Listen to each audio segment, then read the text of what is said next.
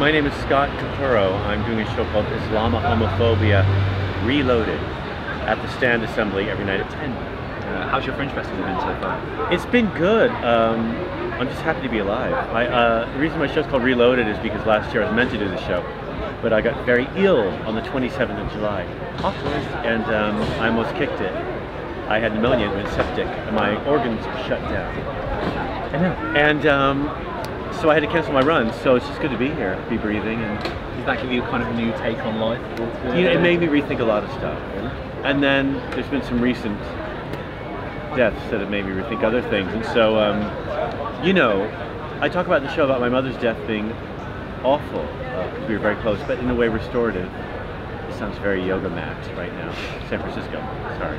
But it was because she cut the strings and set me free from that relationship. And it had been all-encompassing, and suddenly I was available emotionally to my guy, and now we're married. And I wish my mom was alive because they could have really enjoyed each other's company. But I think it took my separating, because women love dating their gay sons and the between husbands. Not, you know, just, you know what I mean, having drinks and joking and watching movies and gossiping, and our relationship was much deeper than that, but we had a lot of fun together, my mom and I. So once I was kind of set free, my husband pounced and offered me unconditional love, which you cannot resist. You cannot say no to unconditional love. It is tough. Saying no is, it turns out you can't do it. It's one of its conditions. So, yeah. So suddenly I've been married twice now, and I talk about that in the show too. Civil partner in the UK because we could, and then married in America because you know how fickle Americans are. Civil rights they hand you, and then they snatch them away. So we decided to take advantage. And in terms of how kind of personal the subject is to you, in terms of your stand-up, has that always been something you've done? Have you always put yourself directly in the middle of the stand-up? I do, you know, because I can be kind of preachy and chatty and a bit self-centered. So I always thought I should give into that. But also, things are funny, I think, when they come from a personal perspective. And I think my stuff can be a bit confrontational, so if I keep it personal, it allows people, I think, to enjoy it. I mean, I talk about marriage in my set now because I'm married and it has a lot to do with my life. But I think it's also something that most people can grasp onto and be comfortable hearing about. You know, whatever their gender or sexuality or wherever they're from, age, doesn't matter. You know, everyone knows someone who's married or is married.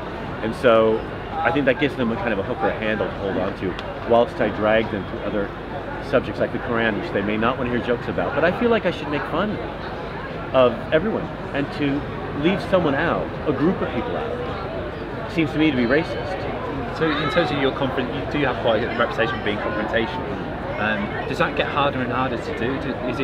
Are you almost looking for the reaction from the audience where they are shocked, and does it get harder to do that when people are like, I've seen this guy before, it's going to be shocking? Well, I think people come to see me because they prefer a bit of confrontation. I assume that's why they come back. Or they just want to be angry again. Could be that too. But also, I don't choose subject matter I think will make people annoyed or push them away.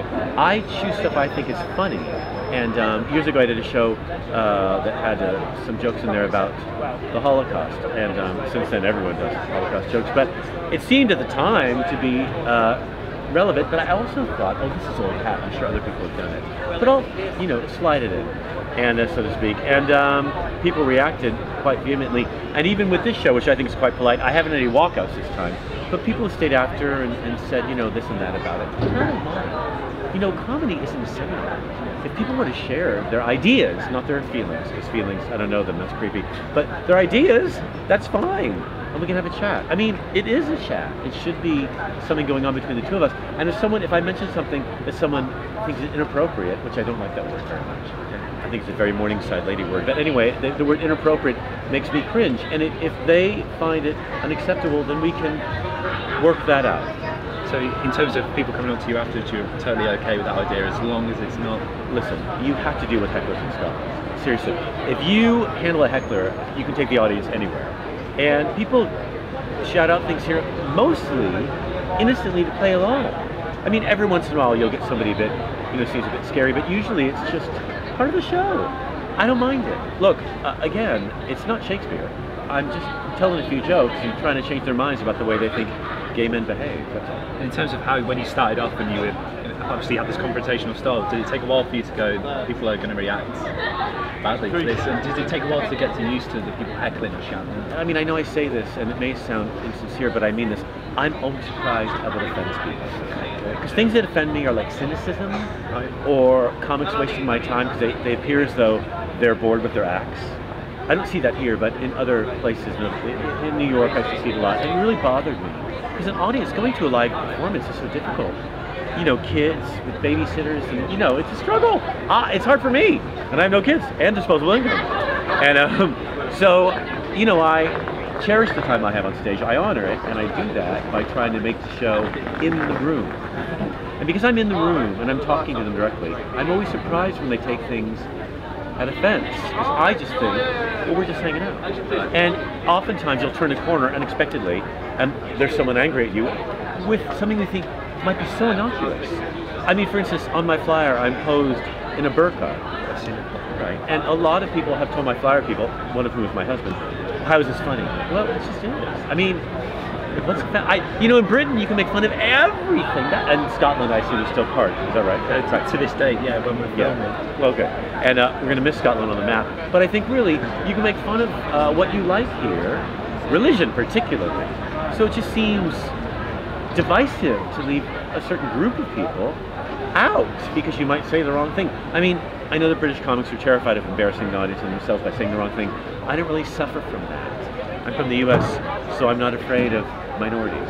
Okay. Being a gay Jewish person, I feel as though I represent, you know, whatever.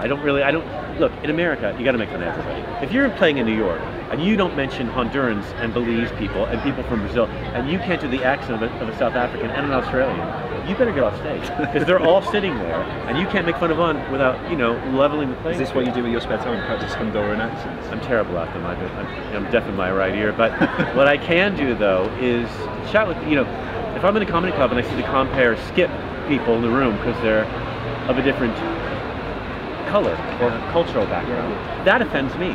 And that's the first person I'll talk to. Because they want to be talked to. You can't leave them alone. You can't pretend. I mean, pretending that they can't handle it is just another form of racism. They're in a comedy club, for God's sake. What's there not to handle? In terms of your Edinburgh festival, I'm guessing you're quite busy, but do you get to see other people as well? I squeezed you in there. Thank you very much. We really appreciate it. Did you you get to see other comedians, or is anyone? That's mostly, I'm rushing to see a show now. I do like to see a lot of my friends, comics that I know that I love, that we miss each other all year long because we're so busy, running from gig to gig. And this is my chance to see their hour-long set. I really love it. So I've seen a lot. Yeah, I've seen Joe Caulfield, brilliant. Tom Allen, genius. Andrew Doyle, great. Who else? Well, Robin Ince, who's left the festival a couple days ago, he's great. I'm going to see Nick Revel now, who's a good friend and very, very funny. So, well, thank you very much for your time. I really appreciate it. Thank you. Cheers.